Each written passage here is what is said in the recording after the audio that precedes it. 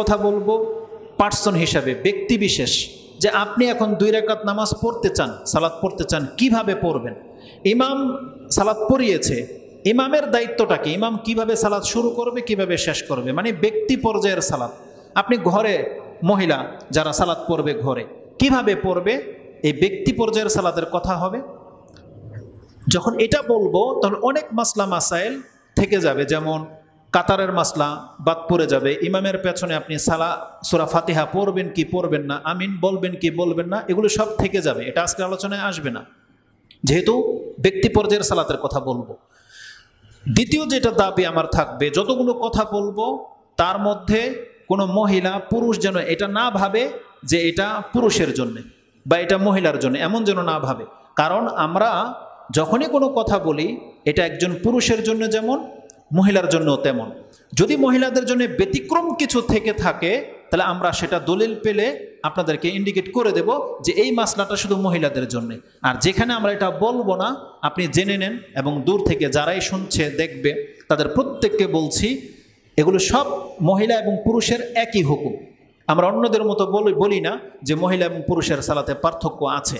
যেই পার্থক্যগুলো আছে এগুলো উল্লেখযোগ্য নয়, সামান্য কিছু পার্থক্য আছে, কিন্তু এটাকে যেইভাবে হাইলাইট করে তোলা হয়েছে সমাজে যে মহিলাদের নামাজের চিত্রই আলাদা, পুরুষের নামাজের চিত্রই আলাদা, না এমনটা আমরা পাচ্ছি না কোরআন হাদিস। তো যতটা ডিফারেন্সে পাবো সেটা আমরা উল্লেখ করব। তৃতীয়ত, আমি শুরু করব তাকবীর থেকে নিয়ে সালাম ফেরানো পর্যন্ত, এর মিডলে যে কাজগুলো করতে হবে সেগুলো নিয়ে।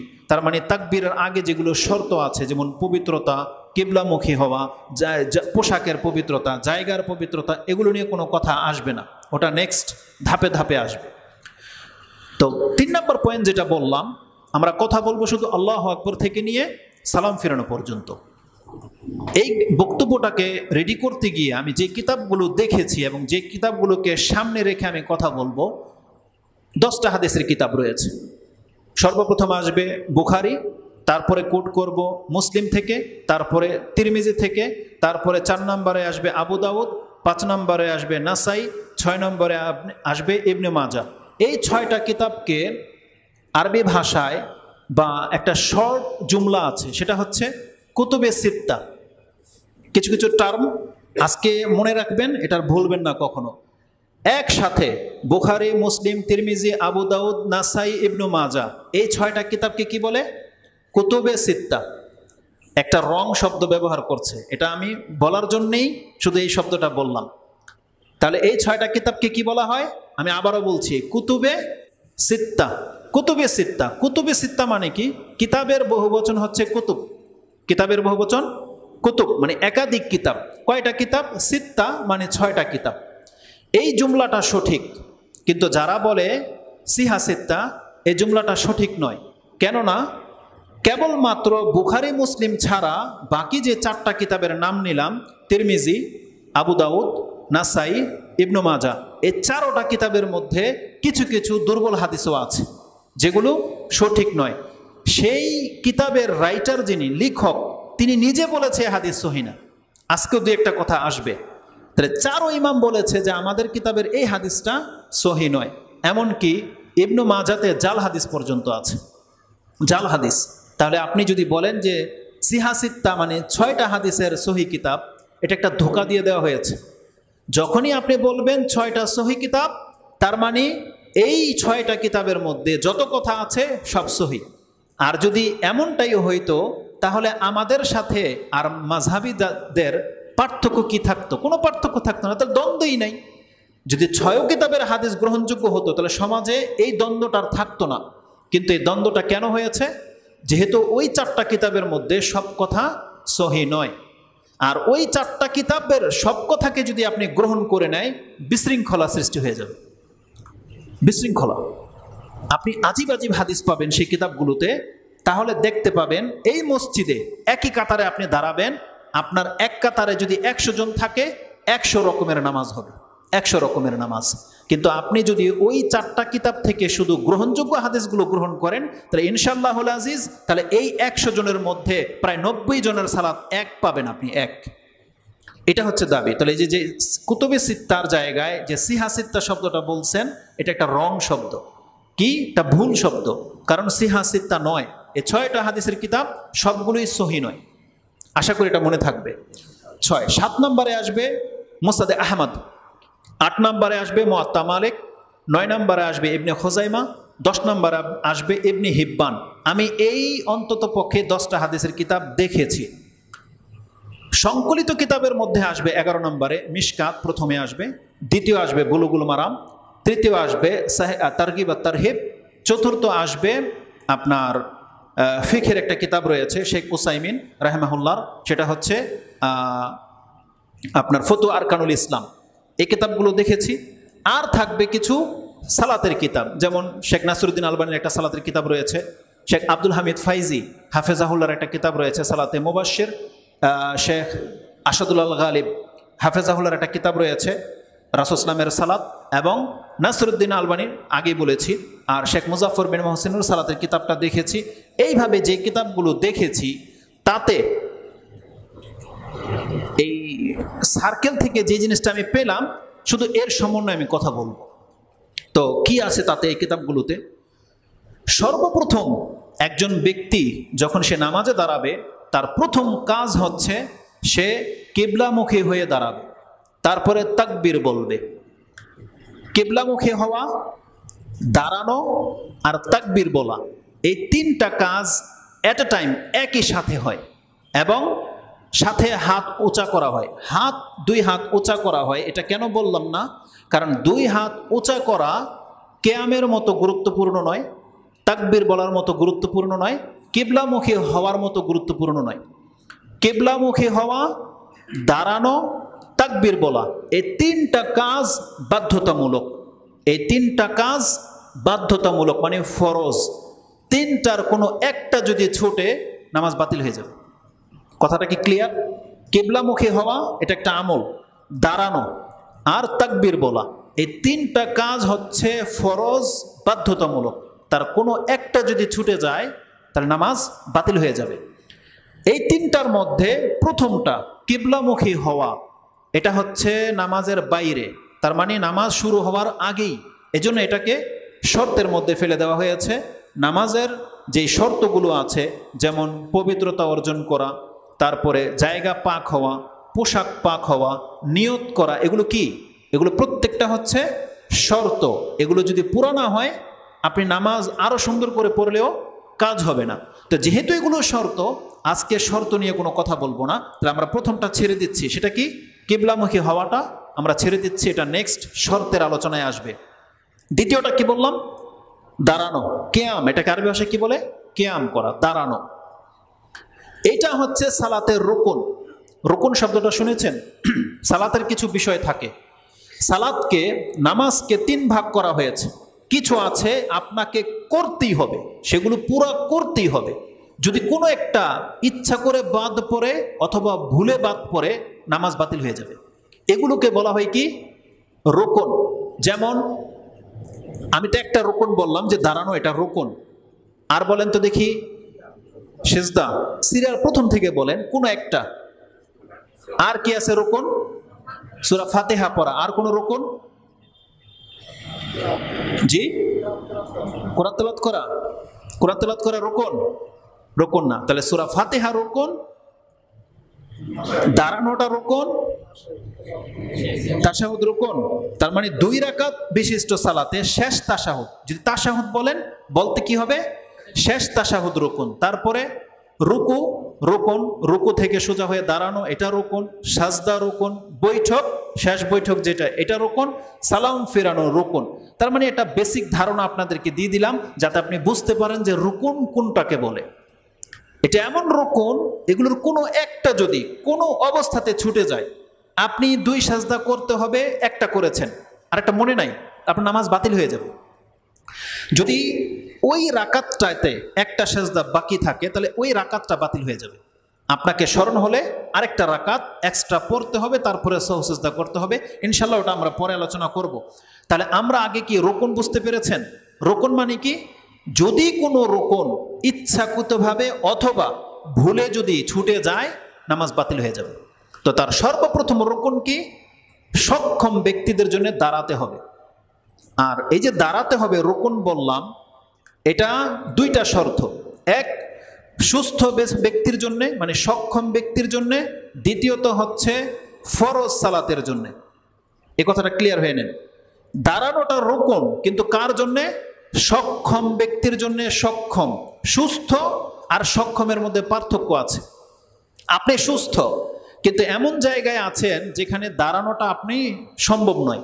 যেমন ছাদ, এইখানে সিঁড়িকোটায় এমন জায়গায় আপনাকে রাখা হয়েছে, আপনি দাঁড়াতে পারবেন না।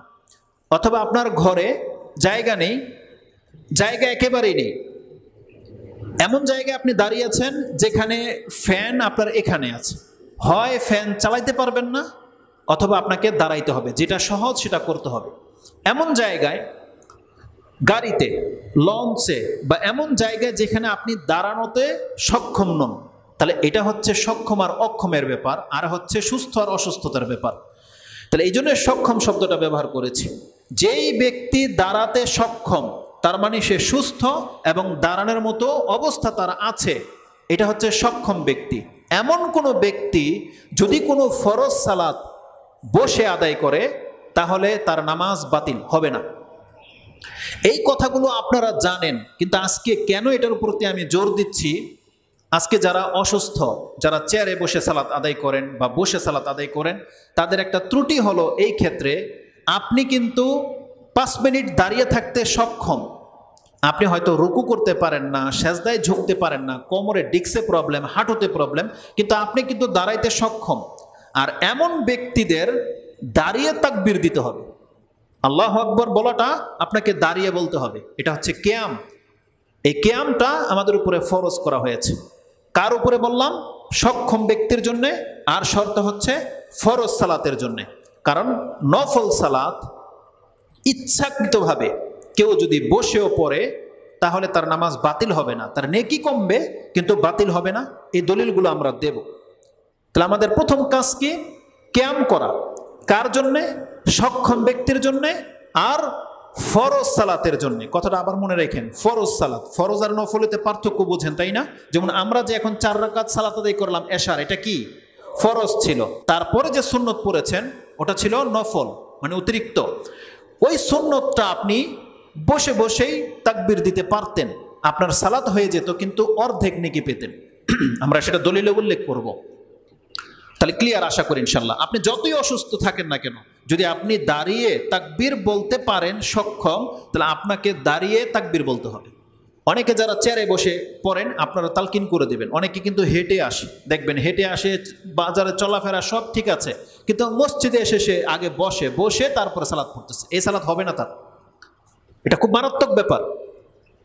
এই জন্য কিয়াম করাটা হচ্ছে রুকুন। আসনের দলিলগুলো কি আছে, কেন এটাকে এত স্ট্রং দলিল বলা হয়েছে? কোরআনে এই সম্পর্কে তেমন কোনো কিছু বলেনি। পুরো সালাতকে নিয়ে নেন, নামাজ, পুরো নামাজটাকে নিয়ে নেন, আপনি কোরআনে এমন কোনো আয়াত পাবেন না যেটা পদ্ধতির ক্ষেত্রে ব্যবহার করা হয়েছে। আল্লাহ সুবহানাহু ওয়া তাআলা কিয়াম শব্দ তো বলেছে, রুকু শব্দ বলেছে, সাজদা শব্দটাও কোরআনে আছে, কিন্তু কোনটা সেজদা, কোনটা রুকু, কিয়াম মানে কি, এগুলো কিন্তু কোরআনে কিচ্ছু নাই। কোরআনে শুধু শব্দগুলো ব্যবহার করে দেওয়া হয়েছে। কখন কিয়াম করতে হবে, কখন রুকু করতে হবে, কখন সেজদা করতে হবে, এগুলো কোরআনে কোথাও নাই।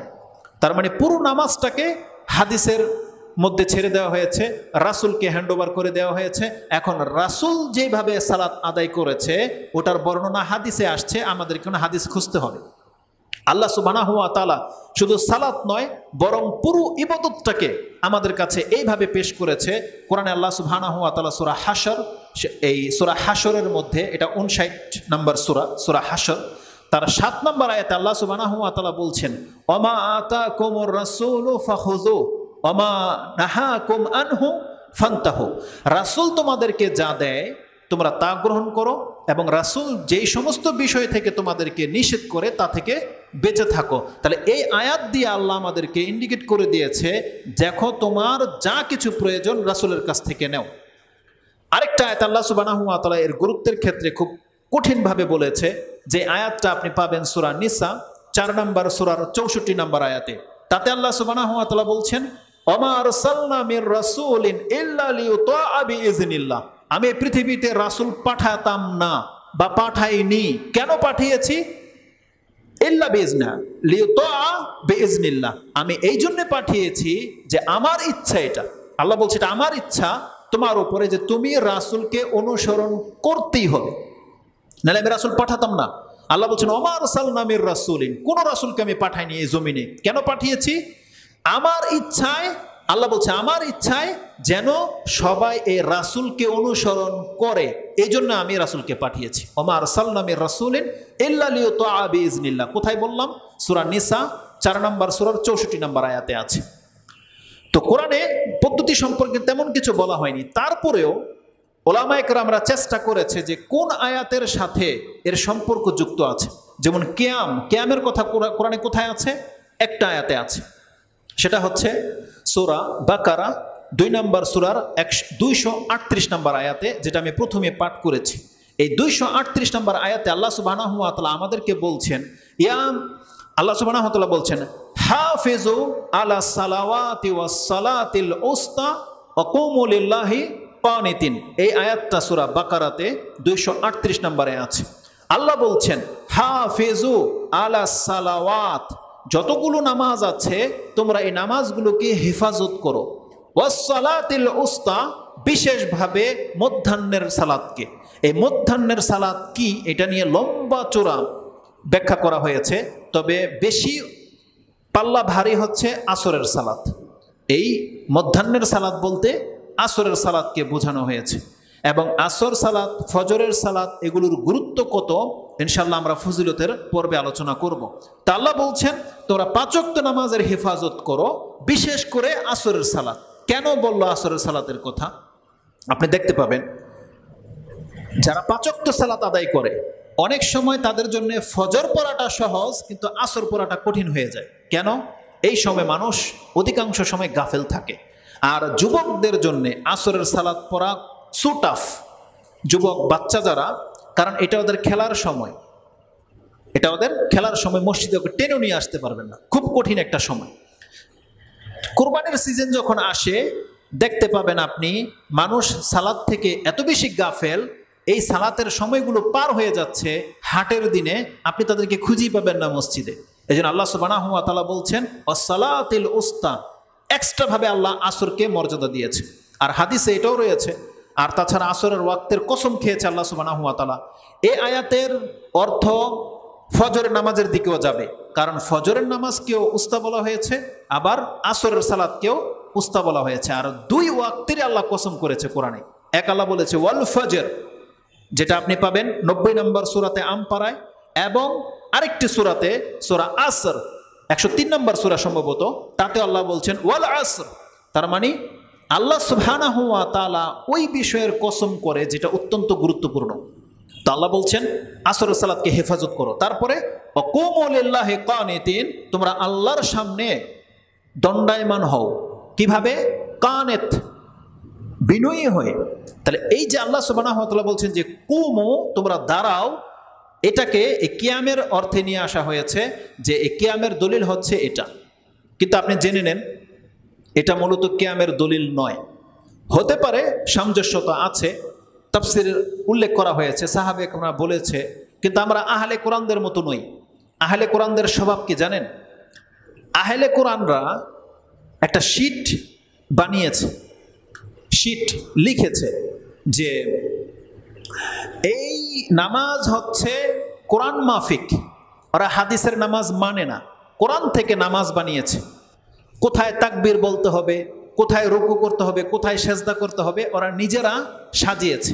যেমন দেখেন এই যে একটা আয়াত বললাম যে কুমু লিল্লাহি কানিতিন, তোমরা আল্লাহর সামনে সোজা হয়ে, মানে নমনীয় হয়ে, দণ্ডায়মান হয়ে দাঁড়াও বিনয়ের সাথে। এরা এটাকে বলেছে এই যে দেখেন কিয়ামের কথা আছে কোরআন, এখান থেকে নিল। আচ্ছা ঠিক আছে, তাহলে রুকু সেজদা কিভাবে নেবে? যেহেতু আল্লাহ বলছে ওয়ারকাউ ওয়াসজুদু, রুকু করো সেজদা করো। তারা বলছে যে কোরআনের আয়াত আছে, আমরা হাদিস নেওয়ার দরকার নাই। তাহলে রুকুও নিয়েছে কোরআন থেকে, হাদিসও নিয়েছে। তারপরে বলতেছে এখন বলেন সালাত কিয়ামের পরে রুকু করতে হবে। কোরআনে শব্দ আছে ওয়ারকাউ ওয়াসজুদু, তুমি রুকু করো সেজদা করো, কিন্তু কোরআনে কি এই কথা বলছে আল্লাহ যে কিয়ামের পরে রুকু করতে হবে? বা কোন সময়ে রুকু করতে হবে, রুকুর পরে সেজদা করতে হবে, সেজদা কয়টা, কোন কাজটাকে সেজদা বলে, এগুলো কি কোরআনে আছে? কোরআনে নাই। আজীব লাগে, তারা শীট লিখেছে কোরআনের আয়াত থেকে, যেখানে বলছেন ফাসাব্বিহ বিসমি রাব্বিকাল আযীম, তারা বলতে দেখেন এটা এই রুকুতে পড়তে হবে। অথচ এরা যে চোর বা মিথ্যুক, এগুলো সব গ্রহণ করেছে হাদিস থেকে। কারণ কি, আল্লাহ সুবহানাহু ওয়া তাআলা যে কোরআনে বলেছে সাব্বিহ ইসমা রাব্বিকাল আলা, এই আয়াতে যে আল্লাহ সুবহান রাব্বিয়াল আলা বলতে বলেছে, এই কথা তো আল্লাহ কোরআনে বলে নাই, বলেছে। আর এটা যে সেজদায় পড়তে হবে, এই কথা তো আল্লাহ বলে নাই। তাহলে ওরা বিবেক এটা কোত্থেকে গ্রহণ করলো যে ও বলতেছে দেখেন এটা আল্লাহ সেজদায় পড়তে বলেছে, আমরা সেজদায় পড়ি, অথচ আহলে কোরআন, ওর কাছে এও কে নাজিল করলো যে এই আয়াতটা সেজদায় পড়তে হবে, অথচ এটা চুরি করেছে হাদিস থেকে, কিন্তু প্রকাশ করতেছে না। নাহলে ও এটা ইলহাম কোত্থেকে হলো ওর যে এই আয়াতটা সেজদায় পড়তে হয়? আজীব তামাশা এদের। এমনকি আল্লাহু আকবার তাকবীরের সময় একটা কথা বলবো, তো আমরা আহলে কোরআনদের মতো নয়।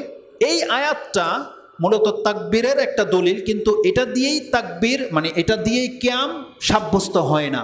কিয়াম সাব্যস্ত হবে রাসূল সাল্লাল্লাহু আলাইহি ওয়াসাল্লামের হাদিস দিয়ে, কারণ রাসূলুল্লাহ সাল্লাল্লাহু আলাইহি ওয়াসাল্লাম আমাদেরকে বলেছে তোমরা কিয়াম করো। এই সম্পর্কে অসংখ্য হাদিস আছে, আকীদার সাথে রিলেটেড, এবং আপনি বুঝতে পারবেন যে কিভাবে আমাদেরকে ধোঁকা দেওয়া হচ্ছে। তো কিয়াম একটা আয়াত হচ্ছে এই, আর হাদিসের মধ্যে স্পষ্ট রাসূলুল্লাহ সাল্লাল্লাহু আলাইহি ওয়াসাল্লাম বলেছেন, ইমরান বিন হুসাইন তিনি বলতেছেন কালা কানাত বি বাওয়াসিরুন, আমার পাইলস বা কি বলে ফুরা রোগ হয়েছিল। ইমরান বিন হুসাইন ফুরা রোগ হয়েছে, তিনি বসতে পারতেছিলেন না, তো বা দাঁড়াতে পারতেছিলেন না, রক্ত ঝরে বা কিছু। তখন তিনি রাসূল সাল্লাল্লাহু আলাইহি ওয়াসাল্লামকে জিজ্ঞাসা করেছে সালাত কিভাবে আদায় করব। তখন রাসূল সাল্লাল্লাহু আলাইহি ওয়াসাল্লাম তাকে বলেছিল, জিজ্ঞাসা করা হয়েছিল ফাসালতু রাসূলুল্লাহি সাল্লাল্লাহু আলাইহি ওয়াসাল্লাম আনিস সালাত, আমি সালাত কিভাবে পড়ব। তখন রাসূল সাল্লাল্লাহু আলাইহি ওয়াসাল্লাম বলছেন সাল্লি কাইমান, তুমি দাঁড়িয়ে সালাত আদায় করো। ফাইন লাম তাস্তাতি ফাকাইদান, যদি তুমি নামাজ দাঁড়িয়ে পড়তে না পারো তাহলে বসে সালাত আদায় করো। তাহলে এই হাদিসের মধ্যে কি আছে? সাল্লি কাইমান, তুমি দাঁড়িয়ে নামাজ পড়ো, তাহলে কিয়াম করতেই হবে। ফাইন লাম তাস্তাতি, এই শব্দ দিয়ে অসুস্থ ব্যক্তিদেরকে ছাড় দেওয়া হয়েছে। তাহলে যেই ব্যক্তি দাঁড়িয়ে থাকতে পারে না, দাঁড়াতে পারে না, সে কিভাবে সালাত আদায় করবে? ফাকাইদান, সে বসে সালাত আদায় করবে। ফাইন লাম তাস্তাতি, ইসলাম কতটা সহজ করেছেন, যদি তুমি বসেও না পারো ফাসাল্লি আলা জাম্ব, তুমি কাত হয়ে তুমি বিছানায় শুয়ে সালাত আদায় করো। তো এই শব্দটাকে ইমরান বিন হুসাইন রাদিয়াল্লাহু তাআলা আনহুকে বলেছেন রাসূলুল্লাহ সাল্লাল্লাহু আলাইহি সাল্লাম যে সাল্লি কাইমান ফাইন লাম তাস্তাতি ফাকাইদান ফাইন লাম তাস্তাতি ফাআলা জাম্ব, তুমি কাত হয়ে সালাত আদায় করো। এই হাদিসটা ইমাম বুখারী রাহিমাহুল্লাহ তিনি তার 18 নম্বর অধ্যায়ের সালাতুত তাকসিরের মধ্যে কসরের সালাতের অধ্যায়ে উল্লেখ করেছেন। হাদিস নাম্বার হচ্ছে 3117, মানে 1117 নম্বর হাদিস। তাহলে এই হাদিসে স্পষ্ট যে আমাদেরকে কিয়াম করতে হবে সুস্থ ব্যক্তিদের, অসুস্থ হলে সে বসে সালাত আদায় করবে। তাহলে এটা হচ্ছে ফরজ সালাতের জন্য দাঁড়ানোটা একটা রুকন। কিন্তু বলেছিলাম আপনি তাহলে অসুস্থ, তাহলে অসুস্থ ব্যক্তির জন্য কি হবে? জায়েজ হয়ে যাবে। কিন্তু যেই ব্যক্তিরা অসুস্থ চেয়ারে বসে সালাত আদায় করে, উনি কিন্তু দাঁড়াইতে সক্ষম, কারণ রাসূল সাল্লাল্লাহু আলাইহি ওয়াসাল্লাম কি বলেছে? সাল্লি কাইমান ফাইন লাম তাস্তাতি, যদি তুমি দাঁড়াতে না পারো তখন কিভাবে? ফাকাইদান, তখন বসে। যেহেতু আপনি দাঁড়াতে সক্ষম, এই জন্য যে কোনো ব্যক্তিরা আপনারা বসে সালাত আদায় করেন, আপনাদেরকে বলছি আপনি তাকবীর দিবেন দাঁড়িয়ে, দাঁড়িয়ে সালাত পড়তে থাকেন, সূরা ফাতিহাটা শুনেন, পড়তে থাকেন। যদি দেখেন দাঁড়াতে কষ্ট হচ্ছে তখন বসেন, আপনার জন্য জায়েজ। কিন্তু যতক্ষণ আপনি দাঁড়িয়ে থাকতে পারবেন ততক্ষণ আপনাকে দাঁড়াতে এটা আপনার বাধ্যতামূলক। আর নফল সালাত যদি কেউ কোনো ব্যক্তি বসে পড়ে তাহলে তার জন্য জায়েজ, সে বসে পড়তে পারবে, কিন্তু শর্ত হচ্ছে তার মাইনাস যাবে নেকি। দাঁড়িয়ে সালাত পড়লে যেই নেকিটা হবে বসে পড়লে তার সেই নেকিটা হবে না। এই হাদিসটাও ইমরান বিন হুসাইন থেকে কোট করেছেন ইমাম বুখারী রাহিমাহুল্লাহ, ওই একই অধ্যায়, হাদিস নাম্বার হচ্ছে 3115, 1115। তাতে কি আছে? রাসূল সাল্লাল্লাহু আলাইহি ওয়াসাল্লাম বলছেন, তাকে যখন জিজ্ঞেস করা হয়েছে সাআলতু রাসূল সাল্লাল্লাহু আলাইহি ওয়াসাল্লাম আন সালাতির রাজুলি কাইদান, একজন ব্যক্তি বসে সালাত আদায় করবে, এর হুকুম কি? রাসূল সাল্লাল্লাহু আলাইহি ওয়াসাল্লাম বলছেন তাকে ইনসাল্লা কাইমান ফালাহু খায়রুন বা আফদাল, যেই ব্যক্তি দাঁড়িয়ে সালাত আদায় করবে এটা তার জন্য উত্তম। যে ব্যক্তি দাঁড়িয়ে সালাত আদায় করবে, তার মানে রাসূল সাল্লাল্লাহু আলাইহি ওয়াসাল্লাম দাঁড়ানোর দিকে ইঙ্গিত করেছে। যেই ব্যক্তি দাঁড়িয়ে সালাত আদায় করবে ফাহুয়া আফদাল, এটা তার জন্য উত্তম। ওমান সাল্লা কায়েদান ফালাহু নিসফু আজরিল কায়েম, তার মানে যেই ব্যক্তি বসে সালাত আদায় করবে সে দাঁড়িয়ে থাকা ব্যক্তির চেয়ে অর্ধেক নেকি পাবে। এটা কার জন্যে? নফল সালাত আদায় করার জন্য, জেনে নেই, এটা ফরজ সালাতের জন্য নয়। এমন না যে ফরজ সালাত যে ব্যক্তি দাঁড়িয়ে আদায় করতেছে তার অর্ধেক নেকি বসেওয়ালা পাবে না, এটা নয়। এটা হচ্ছে নফল সালাতের জন্য। ফরজ সালাতের জন্য আপনি দাঁড়াতে বাধ্য। এই হাদিসটা ইমাম বুখারী রাহিমাহুল্লাহ কোট করেছেন। তারপরে বলছেন ওমান সাল্লা না ইমান, যেই ব্যক্তি শুয়ে সালাত আদায় করবে সেই ব্যক্তির নেকি কি হবে? ফালাহু নিসফু আজরিল কায়েদ, তার মানে বসে যেই ব্যক্তি সালাত আদায় করবে যত নেকি পাবে শুয়ে সালাত আদায় করলে তার চেয়ে অর্ধেক। তার মানে কোনো ব্যক্তি যদি দাঁড়িয়ে সালাত আদায় করে নফল সালাত, সে যদি 25 গুণ নেকি পায় যদি মসজিদে হয়, আর বাসায় হলে বাসায় উত্তম, ধরে নেন কথার কথা এক নেকি, দাঁড়িয়ে সালাত আদায় করলে 1 নেকি, তাহলে বসে পড়লে পাবে কত? হাফ, 50। আর যদি শুয়ে সালাত আদায় করে তাহলে 25, মানে 25 পয়সা, 4 ভাগের 1 ভাগ। এটা হচ্ছে নফল সালাতের ক্ষেত্রে। নফল সালাত যে বসে পড়া যায় তার একাধিক দলিল আছে। যেমন রাসূলুল্লাহ সাল্লাল্লাহু আলাইহি সাল্লাম যখন তিনি সফরে যেতেন, তিনি তার গাধার উপরে, উটের উপরেই সালাত পড়তে থাকতেন আর উট চলতে থাকতো, এগুলো একটা দলিল। দ্বিতীয়ত, যদিও নফল সালাতগুলো দাঁড়িয়ে পড়াটা আপনার জন্য উচিত, উত্তম, কেননা এই কথাটা, এই পয়েন্টটা আমি কেন এখানে উল্লেখ করতেছি, আমাদের সমাজে কিছু মুরব্বী আছে বা যারা তালিম বৈঠকের নামে কিছু শিখেছে, তারা দেখতে পাবেন বসে বসে সালাত আদায় করে। বিশেষ করে এশার পরে সে 4 রাকাত সালাত আদায় করেছে, সুন্নত পড়েছে, নফল পড়েছে, আবার দেখবেন 2 রাকাত বসে বসে পড়তেছে। সে কিন্তু দাঁড়াতে সক্ষম, তার জন্য জায়েজ বসে পড়া, কিন্তু সে কোন সেন্সে এটা করতেছে? বসে, তার ধারণা যে এই বসে পড়াটাই সুন্নত, এটা তার ধারণা যে নফল সালাত বসে পড়াটাই সুন্নত, কিন্তু না, এটা সুন্নত নয়, বরং এটা আপনার কৃপণতা। আপনি যেখানে 1 নেকি পেতেন, এই বসে পড়ার কারণে কতটুকু পাচ্ছেন? অর্ধেক। আয়েশা রাদিয়াল্লাহু তাআলা আনহা থেকে একটা চমৎকার হাদিস আমি আপনার কাছে কোট করি, আপনার এই মাইন্ডটাকে ক্লিয়ার করে দেবে। আয়েশা রাদিয়াল্লাহু তাআলা তিনি বলছেন, আন্না আয়েশা উম্মুল মুমিনিনা রাদিয়াল্লাহু আনহা আন্নাহা আখবারাত, আয়েশা রাদিয়াল্লাহু তাআলা আনহা আমাদেরকে খবর দিচ্ছেন, তাবিঈদেরকে। তিনি বলছেন আন্নাহা লাম তারা, আয়েশা রাদিয়াল্লাহু তাআলা নিজে বলতেছেন, তিনি লাম তারা রাসূলুল্লাহ সাল্লাল্লাহু আলাইহি ওয়াসাল্লাম ইউসাল্লি সালাতাল লাইলি কাইদান কাত্তুন হাত্তা আসান্না। আয়েশা রাদিয়াল্লাহু তাআলা তিনি বলছেন যে আমি রাসূলুল্লাহ সাল্লাল্লাহু আলাইহি ওয়াসাল্লামকে জীবনে কখনোই কোনো একবারও রাতে বসে সালাত আদায় করতে দেখিনি। হাত্তা আসান্না, কতদিন পর্যন্ত? যতদিন পর্যন্ত রাসূল সাল্লাল্লাহু আলাইহি ওয়াসাল্লাম ইয়ং ছিলেন, যুবক ছিলেন, অসুস্থ ছিলেন না। তার মানে যখনই তিনি বয়োজ্যেষ্ঠ হয়ে গেছেন, মানে বয়স বেড়ে গেছে, তার আগ মুহূর্ত পর্যন্ত রাসূল সাল্লাল্লাহু আলাইহি ওয়াসাল্লামকে আমি কোনোদিন বসে সালাত আদায় করতে দেখিনি। এটা আয়েশা বলতেছে, সব থেকে কাছের মানুষ। তিনি বলছেন লাম তারা রাসূলুল্লাহ সাল্লাল্লাহু আলাইহি ওয়াসাল্লাম ইউসাল্লি সালাতাল লাইলি কাইদান কাত্তুন, কোনো একবারও দেখিনি। হাত্তা আসান্না, যতক্ষণ তিনি বৃদ্ধ হয়ে গেছেন, বয়স হয়ে গেছে, তখন রাসূল সাল্লাল্লাহু আলাইহি ওয়াসাল্লামের সালাতটা কেমন ছিল তিনি বলতেছেন, ফাকানা ইয়াকরাউ কাইদান, যখন রাসূল সাল্লাল্লাহু আলাইহি ওয়াসাল্লাম লম্বা সময় দাঁড়িয়ে থাকতে কিয়াম করতে পারতেন না, তখন তিনি চাচ্ছিলেন যে লম্বা কেরাত করবে, তিনি বসে বসে কেরাত করতেন। সালাতে দাঁড়িয়ে আল্লাহু আকবার বলে শুরু করতেন, তারপরে বসে যেতেন, বসে কেরাত করতেই থাকতেন, কোরআন পড়তেই থাকতেন। ইজা আরাদা আরকা, যখন রাসূল সাল্লাল্লাহু আলাইহি ওয়াসাল্লামের রুকু করার ইচ্ছা হতো, কামা, দাঁড়িয়ে যেতেন। এতক্ষণ কিন্তু বসে বসে কেরাত করতেছিলেন, ধরুন সূরা বাকারা পড়তেছিলেন, এখন রাসূল সাল্লাল্লাহু আলাইহি ওয়াসাল্লাম ইচ্ছা করেছে যে আমি এখন রুকু করব, তিনি বসে বসে রুকু করেননি, কামা, দাঁড়িয়ে যেতেন। দাঁড়িয়ে গিয়ে কি করতেন? ফাকারা নাহওয়া মিন সালাসিনা আও আরবাইনা আয়া, তারপর রাসূল সাল্লাল্লাহু আলাইহি ওয়াসাল্লাম দাঁড়িয়ে আবার 30 থেকে 40 আয়াত পর্যন্ত পড়তেন। সুম্মা রাকা, তারপরে রুকু করতেন। তার মানে যারা এই যে খোরার মতো বসে বসে সালাত আদায় করে সুন্নত ভেবে, রাসূল সাল্লাল্লাহু আলাইহি ওয়াসাল্লামের আদর্শ কি? হাদিসটা কোথায় আছে? ইমাম বুখারী কোট করেছে 18 নম্বর অধ্যায়ের 20 নম্বর পর্বে পাবেন। হাদিস হচ্ছে 1118 যে রাসূলুল্লাহ সাল্লাল্লাহু আলাইহি ওয়াসাল্লাম কখনোই বসে সালাত আদায় করেনি, কিন্তু যখন বয়স হয়ে গেছে, তিনি লম্বা সময় দাঁড়িয়ে থাকতে পারতেছিলেন না, তখন তিনি যেহেতু কোরআন রাত ভরে তিনি প্রায় শেষ রাত্রে অধিকাংশ সময় সালাত কাটাতেন, বাকারা, নিসা, আলে ইমরানের মতো সূরা পড়তেন তখন তিনি বসে বসে কেরাত করতেন। যখন রুকু করার ইচ্ছা হতো তখন তিনি উঠে 30-40 আয়াত পড়ার পরে রুকু করতেন দাঁড়িয়ে থেকে। আর আমাদের নামাজ হচ্ছে 3 থেকে 5 আয়াত, বেশি জোর 5-7 আয়াত, তা আমাদের নামাজ। আর এই 5-7 আয়াতের 10 আয়াতের নামাজও আপনি বসে পড়তে হবে, এটা অযৌক্তিক। অথচ রাসূল সাল্লাল্লাহু আলাইহি ওয়াসাল্লাম লম্বা সময় দাঁড়িয়ে সালাত আদায় করতো, তারপরে তিনি বসে পড়তেন। তাহলে এটা বলার অর্থ হচ্ছে যে নফল সালাত বসে পড়া যায়। যেহেতু রাসূল সাল্লাল্লাহু আলাইহি ওয়াসাল্লাম সুস্থ ছিলেন কিন্তু অপারগ মানে অসুস্থতা ফিল করতেন, তাই তিনি বসে সালাত আদায় করতেন। এই হাদিস দিয়ে প্রমাণ করা যায় যে নফল সালাত বসে পড়া যায়। এটা গেল একটা। তাহলে আমরা প্রথম আজকে কি জানলাম? কিয়াম করাটা হচ্ছে ফরজ। কার জন্যে? সুস্থ ব্যক্তির জন্যে, সক্ষম ব্যক্তির জন্যে। আর কোন নামাজের জন্যে? ফরজ সালাতের জন্যে। আর নফল সালাতের জন্যে জায়েজ আছে। আপনি লম্বা সফর করতেছেন ট্রেনে অথবা বাসে, কোথাও প্লেনে, বসে বসে কি করবেন? আপনি ভাবতেছেন আমি সালাতের নিয়ত করে সালাতে দাঁড়িয়ে যাই, বসে বসে সালাত পড়তেছেন ঘন্টার পর ঘন্টা। জায়েজ নাকি জায়েজ নেই? জায়েজ, কারণ ওটা কি?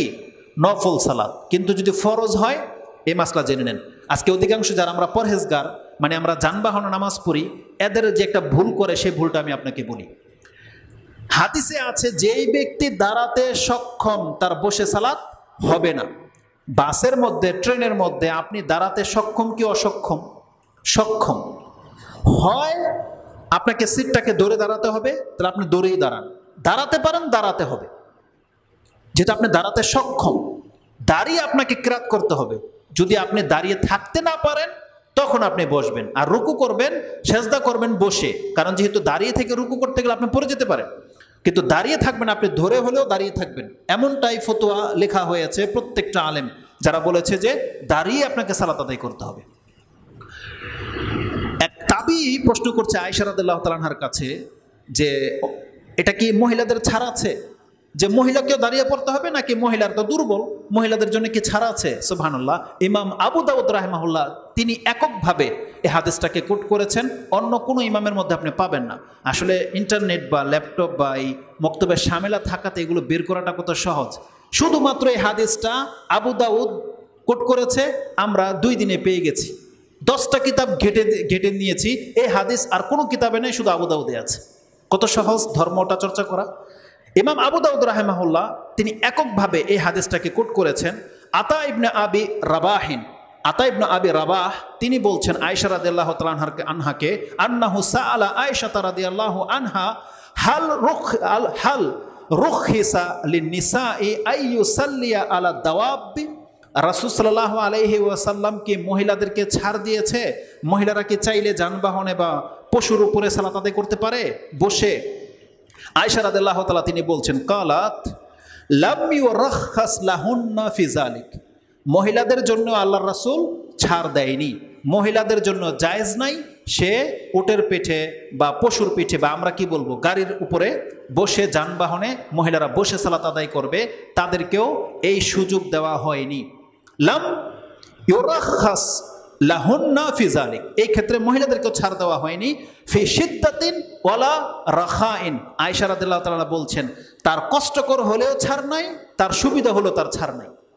তার মানে সে যদি দাঁড়িয়ে থাকা কষ্টকর হয় সেই অবস্থাতেও কোনো মহিলার জন্য জায়েজ নাই, সে বাসে বসে সালাত আদায় করবে, বসে চলবে না, তাকে কিয়াম করেই তাকবীর দিতে হবে। কতটা সেনসিটিভ! এই হাদিসের বর্ণনাকারী যিনি মুহাম্মদ, তিনি বলতেছেন, মুহাম্মদ ইবনে শুআইব তিনি বলতেছেন হাযা ফিল মাকতুবাতি, তার মানে এটা ফরজ সালাতের হুকুম। ফরজ সালাতে একটু আগেই বলেছি, নফল সালাত বসে পড়া যাবে কি যাবে না? যাবে। আর আয়েশা রাদিয়াল্লাহু কি বলতেছে, মহিলাদের জন্য ছাড় নাই, ফরজ সালাত তাকে দাঁড়িয়েই পড়তে হবে, তা এটা তার জন্য কষ্টকর হোক অথবা ছাড় হোক। কেন এই কথাটা বলেছি আগে বলে দিই। হাদিসটা আছে কোথায় বললাম? আবু দাউদে, হাদিস নাম্বার হচ্ছে 1228 1228। এককভাবে তিনি এটা উল্লেখ করেছে, আর কেউ এই হাদিসটা উল্লেখ করেনি, এবং এর হাদিসের মান হচ্ছে সহিহ। আর সহিহ না হলে আমরা বয়ান করতাম না। এখন আসুন, এই যে দাঁড়াতে হবে, এর মধ্যে আজকে কি জানলেন যে বাসের মধ্যেও যারা আমরা সালাত আদায় করি, আপনি দেখতে পাবেন বহু পরহেজগারকে, সে বসে বসেই তাকবীর দিচ্ছে, নামাজ পড়ে নিচ্ছে, হবে না এভাবে নামাজ। এই ক্ষেত্রে ওলামাদের যেটা কঠোর ফতোয়া সেটা হচ্ছে, যদি আপনার জানা থাকে আপনার দূরত্ব কত এবং আপনি সেই সময়ের আগেই সেখানে নেমে যেতে পারবেন, তাহলে আপনার বাসে সালাত আদায় করা জায়েজ নেই। আপনাকে জমিনে নেমে দাঁড়িয়ে, মানে যেভাবে রুকুনগুলো আদায় করা যায়, সেজদা করা, রুকু করা, কিয়াম করা, এগুলো যেখানে সম্ভব সেখানে গিয়ে আপনি সালাত আদায় করবেন। যদি সফরের দূরত্ব হয় তাহলে আপনার জন্য লম্বা সময়, জোহর থেকে নিয়ে মাগরিব পর্যন্ত, এর মধ্যে জোহর আসর পড়লেই হলো, তাহলে সেটা আপনি যদি কোথাও ট্রানজিট করেন সেখানে নেমে গিয়ে জমিনে দাঁড়িয়ে সালাত আদায় করবেন, বাসে চলবে না। আর যদি মনে হয় যে না আমার এখন সূর্য ডুবে যাবে, আমি আসর পড়িনি, তাহলে সেই ক্ষেত্রে কি করবেন? আপনাকে আপনার যানবাহনের মধ্যেই সালাত পড়তে হবে। শর্ত হচ্ছে দাঁড়াতে সক্ষম হলে আপনাকে দাঁড়াতে হবে। যখন আপনি দাঁড়িয়ে থাকতে পারবেন না তখন আপনি সিটে বসতে পারবেন, তার আগে নয়। এটা হচ্ছে হুকুম। দ্বিতীয় যেই ভুলটা আমরা সংশোধন করে দিতে চাচ্ছি, এক তো বললাম যারা চেয়ারে বসে, এখন থেকে আপনি দাঁড়াতে সক্ষম, তাকবীর দিয়ে সূরা ফাতিহা এবং যতটুকু পারেন দাঁড়িয়ে থাকেন, তারপরে বসেন। দাঁড়ানোর ক্ষেত্রে একটা কুসংস্কার আছে আমাদের সমাজে, আপনারা শুনেছেন কিনা জানি না। কিছু মানুষ এরকম বলে যে একবার যখন আল্লাহু আকবার দিয়ে তাকবীর দিয়ে আপনি দাঁড়িয়ে গেলেন, আপনার ডান পা অথবা পায়ের বৃদ্ধা আঙ্গুল সেখান থেকে হিলতে পারবে না, সেখান থেকে সরানো যাবে না। এই কথা শুনেছেন কি শোনেননি? এটা কি সঠিক না ভুল? ভুল। কিসের ভিত্তিতে? তাহলে আপনি এখন হাটের নামাজে হাঁটবেন, এদিক সেদিক যাবেন? যাবেন না। কিন্তু এই মাসলাটা ভুল। একবার আল্লাহু আকবার বলে দিলে এই যে ডান পায়ের আঙ্গুল হিলতে পারবে না, এই মাসলা ভুল। কেন ভুল? কারণ এই মর্মে স্ট্রং কোনো হাদিস নাই, প্রমাণই নেই এই সম্পর্কে। বরং রাসূলুল্লাহ সাল্লাল্লাহু আলাইহি ওয়াসাল্লামের আমল থেকে যেটা আমরা পাচ্ছি, বরং প্রয়োজনে আপনাকে কখনো কখনো সেটাকে সরাইতে হবে, কখনো কখনো হিলতে হবে। যেমন বলেন তো দেখি, এমন কি সিচুয়েশন হতে পারে যে আপনি নামাজে দাঁড়িয়েছেন, এখন আপনার এই পায়ের আঙ্গুল হিলতে পারে? কোন ক্ষেত্রে? সেজদায়? কে বলল? আপনি? আচ্ছা, হ্যাঁ, ওটা একটা কারণ। সেজদায় কিভাবে? জি, তার মানে যখন আপনি সেজদায় যাবেন, সেজদার নিয়ম কি? পা দুইটা এভাবে দাঁড় করানো থাকবে, আঙ্গুলগুলো কিবলামুখী এবং পায়ের গোড়াটা লেগে যাবে, পা দুইটা একেবারে লেগে যাবে। তাহলে আপনি দাঁড়িয়েছেন এখানে, আর এখন আপনার পা লাগাতে হবে, তখন কি করতে হবে? পা আনতে হবে। তাহলে আপনি হেলালেন কিনা? এখন আপনাকে যে ভুল মাসলা শিক্ষা দেওয়া হয়েছে যে এরকমভাবে আপনার পা লড়াইতে পারবেন না, তাহলে পা কিন্তু এবার ফাঁকি থেকে যাচ্ছে। আপনি দেখতে পান এই ভুল মাসলার কারণে আমাদের নামাজের কত ত্রুটি হয়ে যাচ্ছে। তার মানে সেজদাতে দেখবেন অধিকাংশ মানুষের পা এইভাবে রয়েছে, তারা মিলায় না, অথচ জেনে নেন এটা ভুল। আপনাকে সেজদাতে পা মিলাতে হবে। বলেছিলাম যে আমি এই মাসলাটা খুঁজতে গিয়ে আজকে একবেলা লেগে গেছে যে কোন কিতাবে আছে, যেটা আমাকে বলতে হবে। সুবহানাল্লাহ, নাসরুদ্দিন আলবানী রাহমাহুল্লাহর কিতাবে লেখা হয়নি, আমাদের আসাদুল গালিব স্যার ওনার কিতাবেও পাইলাম না, শেখ মুজাফর বিন মহসিন ওনার কিতাবেও পেলাম না। পেলাম আলহামদুলিল্লাহ শেখ আব্দুল হামিদ ফাইজি সালাতে মুবাশশির, তার মধ্যে একটা টুকরার মধ্যে আছে, এবং তিনি ওখানে হাদিস কোট করেছেন, ইবনে খুজাইমাতে হাদিসটা আছে। ইনশাআল্লাহ আমরা ডিটেলস আলোচনা করব কখন? সাজদাতে। জাস্ট আপনাকে একটা প্রুফ করার জন্য এই কথাটাকে আমি জুড়িয়ে দিলাম। তাহলে পা হিলানো যাবে। দ্বিতীয় এক ভাই বলেছে আর কোথাও পাও হিলাইতে পারবে? জামাতে। আমরা যেহেতু আজকে আলোচনা করতেছি একার নামাজে, তো যার ফলে জামাতের কথাগুলো আমি টেনে আনতে চাচ্ছিলাম না। যেহেতু ভাই জামাতের কথা বলেছে, একটা চমৎকার হাদিস আপনাদেরকে শোনাবো, যাতে নেক্সট টাইম আপনি এটা আমল করতে না ছাড়েন। আগে একা একটা বলে দিই। আপনার স্ত্রী এমন জায়গায় বা ঘর আপনার এমন, সে সালাতে দাঁড়িয়েছে, এখন দরজা হয় সামনে অথবা পেছনে, বা আপনি যাবেন, এখন আপনার কারণে সে যেতে পারতেছে না, তাহলে আপনার জন্য কি জায়েজ যে এখান থেকে একটু সরে দাঁড়াবেন? জায়েজ? এটাকে আপনার একমত নাকি কেউ ইখতিলাফ করবেন? এটা প্রয়োজনে জায়েজ, কারণ আপনি রাস্তা আটকে দিয়ে বসে আছেন। এমনকি যারা জুমার নামাজে বা নামাজ ফরজ নামাজে যে নামাজে দাঁড়ান, অনেকে গেট বরাবর দাঁড়াইলো, ধরেন গেট বরাবর দাঁড়িয়েছে, ওনার নামাজ বাকি, সবার নামাজ শেষ, এখন ইমার্জেন্সি বহু ভাই আছে দাঁড়িয়ে আছে, সে যাবে, কিন্তু ওনার জন্য যেতে পারতেছে না। ওনার জন্য জায়েজটা কি জানেন? যেহেতু তার জায়গা আছে পাশে, জায়গা থাকলে তাকে সরতে হবে, একটু সে সরে যাক, তার মানে মানুষ বেড়ে যেতে পারে। তার যদি আগে যাওয়ার জায়গা থাকে, সে আগে যাবে, এক কাতার আগে চলে যাবে অথবা সরে যাবে। তার মানে এগুলো নামাজের খুশু রক্ষার জন্য এবং অন্যকে কষ্ট দেওয়ার থেকে বাঁচার জন্য এগুলো জায়েজ। নামাজের স্বার্থে যে কাজগুলো সেগুলো জায়েজ। এই ভাই যেটা বলেছে এটা বেশি ইম্পর্টেন্ট। আপনি কাতারে দাঁড়িয়েছেন, কোনো এক ভাই সরে গেল এখান থেকে, অজু নাই, বা একটা বাচ্চা দাঁড়িয়েছে, বাচ্চা তো সরে গেল, জায়গা গ্যাপ, কি করবেন? হয় যদি এখান থেকে কোনো ব্যক্তির গ্যাপ হয়, তাহলে ওই দিকে যারা আছে তার দিকে চাপতে হবে। অথবা পেছন থেকে একজনের ঢুকতে হবে। তাহলে যেই ব্যক্তি পেছন থেকে ঢুকবে তার পা তো হিলাইতে পারবে না, ঢুকবে কেমনে তাহলে সে? তাহলে মাসলা ভুল। এই জন্য সে এই গ্যাপ পুরো করার জন্য পেছন থেকে আসবে, অথবা ডান পাশের লোক চেপে যাবে, অথবা বাম পাশের লোক চেপে যাবে, মানে ইমামের দিকে আসবে। কাতার ফাঁক রাখা জায়েজ নাই। তাহলে এগুলোকে, এই যে গ্যাপকে পুরা করতে হবে। যখন কথা এই পর্যন্ত এসেছে, আসুন একটা চমৎকার হাদিস আপনাদেরকে শোনাই। সুবহানাল্লাহ। হাদিসটা সিলসিলাতুল আহাদিস আস-সাহিহার মধ্যে হাদিস নাম্বার হচ্ছে 2533, 2533, এবং সাহিহ আত-তারগিব আত-তারহিবের মধ্যে হাদিসটা আছে 504, এবং এই হাদিসটা আল মৌজুম আল আওসাত, মূল কিতাব হচ্ছে মৌজুম আল আওসাত, তাতে 5240 নম্বরে রয়েছে, 5240 নম্বরে রয়েছে। এই জায়গার মধ্যে চমৎকার হাদিস হচ্ছে আন ইবনে ওমর কালা কালা রাসূলুল্লাহ সাল্লাল্লাহু আলাইহি ওয়াসাল্লাম খিয়ারুকুম আলিয়ানুকুম মানাকিবান ফিস সালাহ, তোমাদের মধ্যে উত্তম হচ্ছে সেই ব্যক্তি যেই ব্যক্তি নামাজে তার কাঁধকে নরম করে দেয় তার ভাইয়ের জন্য।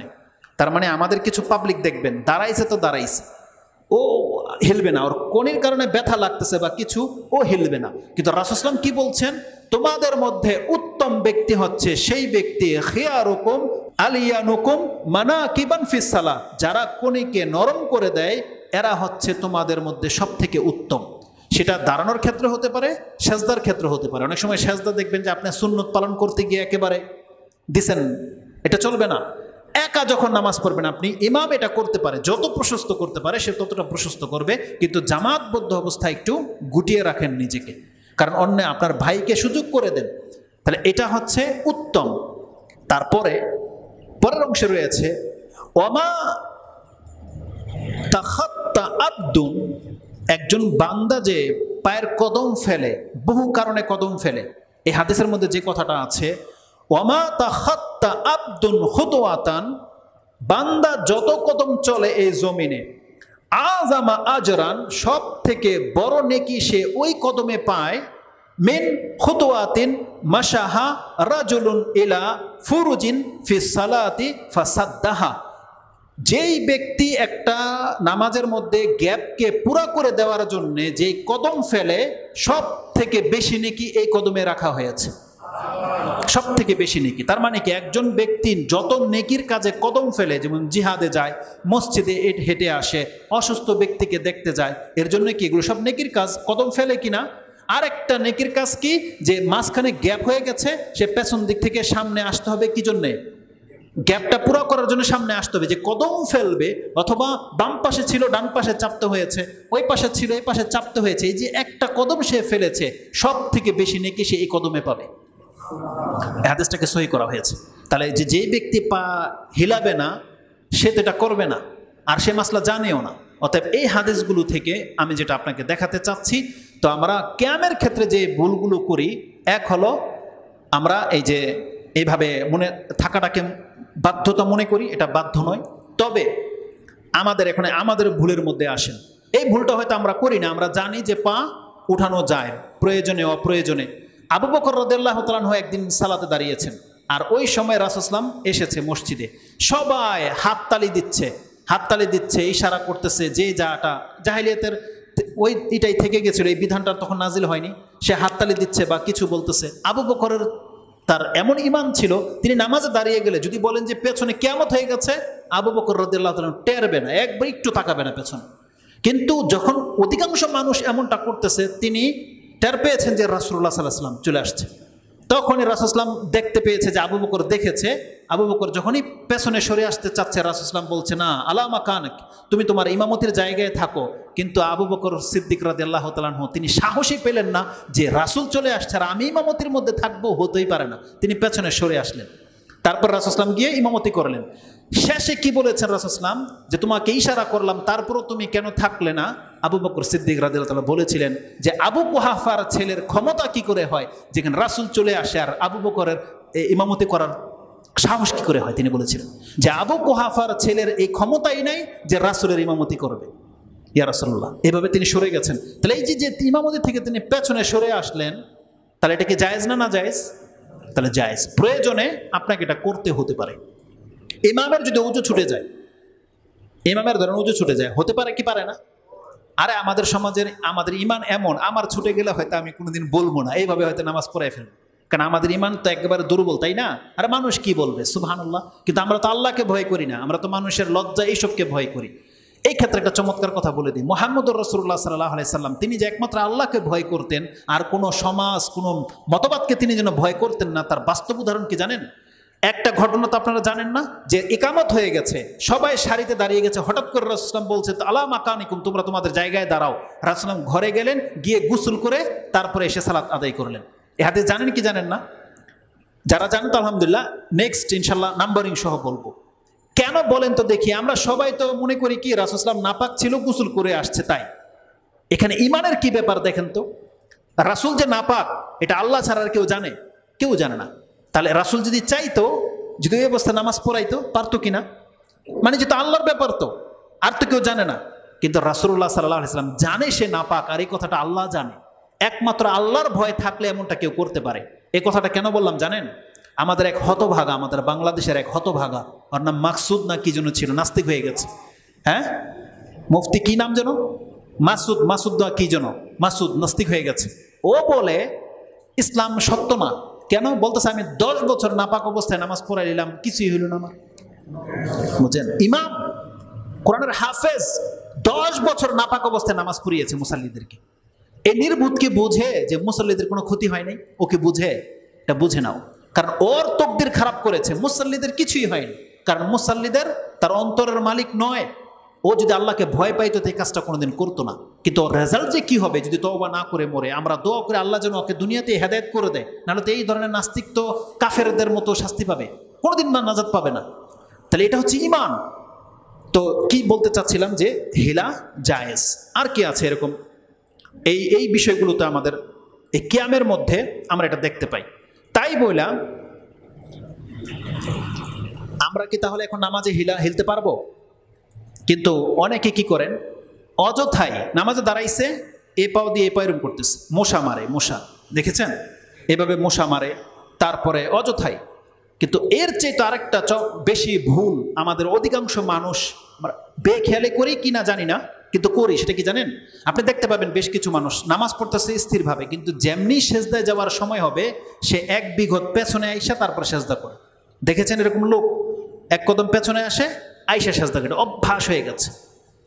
পেছনের ভাইয়ের ডিস্টার্ব হবে, কারণ আপনি যে জায়গায় দাঁড়িয়েছেন তারপরে তার কপাল রাখার জায়গা। এখন আপনি যদি আধা হাত পেছন দিকে গিয়ে সেজদা করেন, তাহলে আপনি তো তার সেজদার জায়গায় পা উঠিয়ে দিলেন, তাহলে পেছন লোকের কষ্ট হবে না? আর এটা আমি অহরহ দেখি, প্রায় জায়গাতে এরকম ভাইয়াদেরকে দেখেছি, তিনি 2 কদম পেছনে আইসা তারপরে সেজদা করেন। এই লড়াচড়াটা এটা জায়েজ নয় আপনার জন্য, এটা জায়েজ নয়। তারপরে যে বললাম পা দিয়ে পা মশা মারা বা কিছু, কেন আমি এই পয়েন্টটাকে উল্লেখ করতেছি? দেখেন, নামাজ খুব সেন্সিটিভ একটা ইবাদত, খুবই সেন্সিটিভ ইবাদত। কেমন সেন্সিটিভ ইবাদত? বান্দার সর্বপ্রথম হিসাব হবে কিসের? ইবাদতের মধ্যে প্রথম হিসাব হবে সালাতের। এই হাদিস আপনি তিরমিজিতে পাবেন, ইবনে মাজাতে আছে, নাসাইতে আছে। তিরমিজিতে আপনি, যেহেতু হাদিস বলার সময় নেই এখন, আপনি 413 নম্বরে পেয়ে যাবেন। ইবনে মাজাতে হাদিস 1425, 1425 অথবা 15-তে পেয়ে যাবেন ইবনে মাজাতে। আর তিরমিজিতে বললাম 413-তে আপনি পেয়ে যাবেন। রাসূলুল্লাহ সাল্লাল্লাহু আলাইহি ওয়াসাল্লাম থেকে আবু হুরায়রা বর্ণনা করেছেন, আউওয়ালা মা ইউহাসাবু বিহিল আবদু ইয়াউমাল কিয়ামাতি মিন আমালিহি আস-সালাহ, ইযা সালুহাত সায়রা আমালু ওয়া ইযা ফাসাদাত সায়রা আমালুহু। যদি কোনো ব্যক্তি তার নামাজকে ঠিক করে থাকে, হেফাজত করে থাকে, তাহলে আশা করা যায় তার বাকি ইবাদত ঠিক থাকবে, সে নাজাত পাবে। আর যদি সে তার নামাজকে নষ্ট করে দিয়ে থাকে, তার সমস্ত ইবাদত বরবাদ হয়ে যাবে, সে নাজাত পাবে না। কত সেন্সিটিভ! আল্লাহ কোরআনে কি বলেছে? হাফিজু, তোমরা হেফাজত করো, আলা সালাওয়াত, তোমাদের নামাজগুলোকে। মুমিনদের গুণ সম্পর্কে আল্লাহ কি বলেছে? সে আয়াত আপনি পাবেন সূরা মারিজ 70 নম্বর সূরার 31, 32, 33 এই আয়াতগুলোতে পাবেন। আল্লাহ কি বলেছেন? ওয়াল্লাযীনা হুম আলা সালাতিহিম ইউহাফিজুন, তারা তাদের নামাজকে হেফাজত করে। এটা মুমিনদের গুণ। অতএব এই নড়াচড়া অযথা আপনি করতে পারবেন না, এই নড়াচড়া আপনি অযথা করতে পারবেন না। কেন এই কথাটা বলেছি? সুবহানাল্লাহ। রাসূল সাল্লাল্লাহু আলাইহি সাহাবীদের চরিত্র কি জানেন? আমি এটা ভেবেছি, এই কথাগুলো আপনাদেরকে বলবো বিধায় আমি এটাকে নোট করেছি। ভেবেছি। কারণ আজকে আমরা যেহেতু নিজেদেরকে আহলে সুন্নাহ ওয়াল জামাতের লোক দাবি করি, আমরা যেহেতু কোরআন সুন্নাহকে ফলো করি, আর আমাদেরকে আল্লাহকে চিনিয়ে দেওয়া হয়েছে, আমরা যেহেতু আল্লাহকে চিনতে পেরেছি, অতএব আমাদের এই ইমানের হক আদায় করতে হবে। আমরা অন্যদের মতো যেভাবে খুশি খেলতামশা করে নামাজ পড়তে পারবো না, আমাদেরকে একগ্রতার সাথে সালাত আদায় করতে হবে। কারণ আমরা জেনেছি ইমানের পরে সালাতই হচ্ছে আমাদের একমাত্র মুক্তির পথ। সালাত নষ্ট হয়ে যাওয়া মানে ইমান নষ্ট হয়ে যাওয়ার মতো।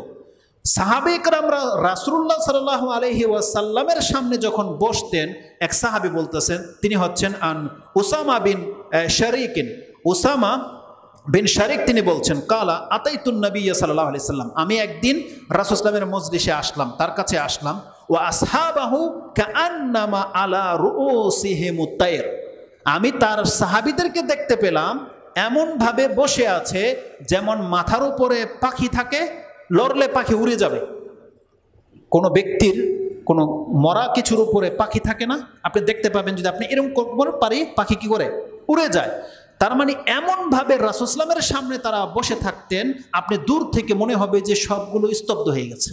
বলতেছেন ভাষাটা কি ব্যবহার করেছে, কান্নামা, মনে হচ্ছে যেন এমন আলা রুউসিহিমুত তায়র, তাদের প্রত্যেকের মাথার উপরে পাখি বসা, তারা এইভাবে ধীরস্থিরের সাথে রাসূল সাল্লামের সামনে বসে থাকতেন। এই হাদিসটা কোথায় আছে?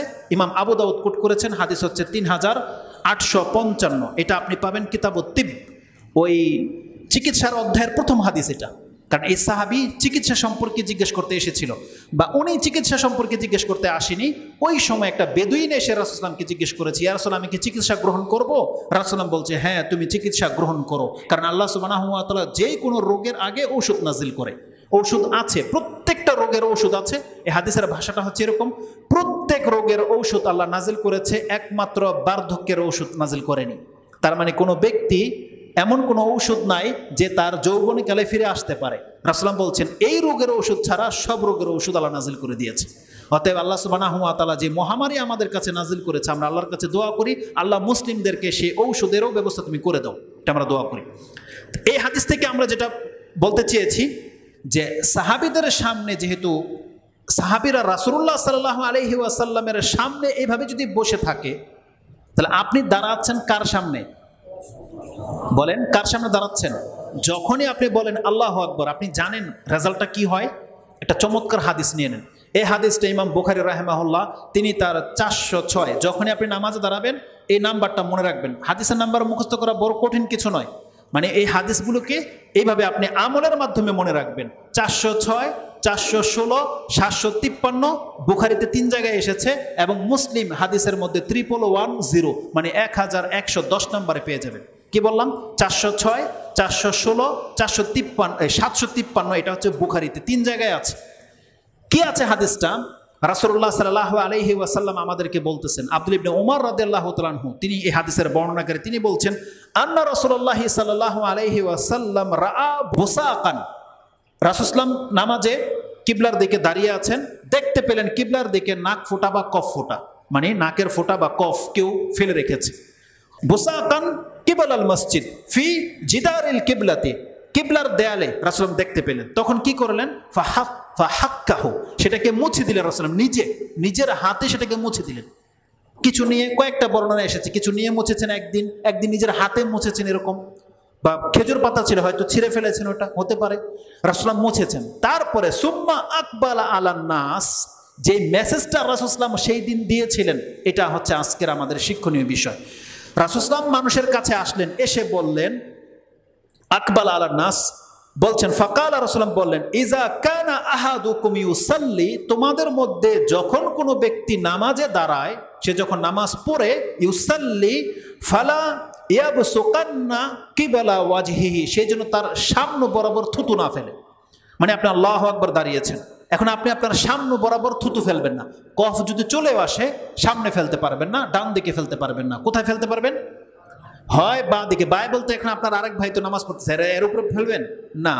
তখন বা আপনি একা যখন আছেন তখন বাই দিকে ফেলেন, অথবা রাসূল সাল্লাল্লাহু আলাইহি মসজিদগুলো ছিল বালুর নিচে ফেলে দিলে, পাড়া দিলে ডেবে যেত, কিন্তু এখন আপনি এখানে ফেলবেন পায়ের নিচে না।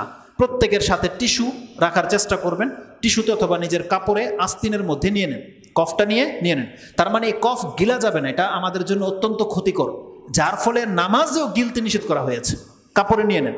রাসূল সাল্লাল্লাহু আলাইহি ওয়াসাল্লাম বলছেন কেউ যেন তার সামনে বরাবর থুতু না ফেলে। কেন? সুবহানাল্লাহ। রাসূল সাল্লাল্লাহু আলাইহি ওয়াসাল্লাম বলছেন ফা ইন্নাল্লাহা কিবালা ওয়াজহিহি ইজা সাল্লাহ, যখন কোনো ব্যক্তি নামাজ পড়ে আল্লাহ তার চেহারার বরাবর থাকেন। ইন্নাল্লাহা কিবালা ওয়াজহিহি, ওই ব্যক্তির চেহারা বরাবর আল্লাহ থাকেন ইজা সাল্লাহ, যখন সে সালাত আদায় করে। তার মানে আমরা যখন আল্লাহু আকবার বলি আমরা আল্লাহর সামনে দাঁড়িয়েছি, এই সময় আপনি পায়ে দিয়ে এরকম মশা মারবেন, এই সময় আপনি পা নিয়ে খেলতামশা করবেন, এক পায়ের উপর আরেক পায়ে উঠাই দিবেন, এটা করা মোটে উচিত না। এই জন্য যারা বলেছে আঙ্গুল উঠানোই যাবে না, তারা যেমন বাড়াবাড়ি করেছে, কিন্তু আপনি এটাকে শিথিলভাবে নিয়ে নিয়েছেন, আপনি দাঁড়িয়ে লেফট রাইট করেন, এটা চলবে না বাচ্চাদের মতো। অন্তত আপনাকে ধীরস্থিরের সাথে আল্লাহর সামনে দাঁড়িয়েছেন, এটাকে আপনাকে ফিল করতে হবে। আমি বলেছি সালাত সম্পর্কে আমি পুরা বলবো, এখন পর্যন্ত আমি কিন্তু তাকবীরও বলতে পারিনি।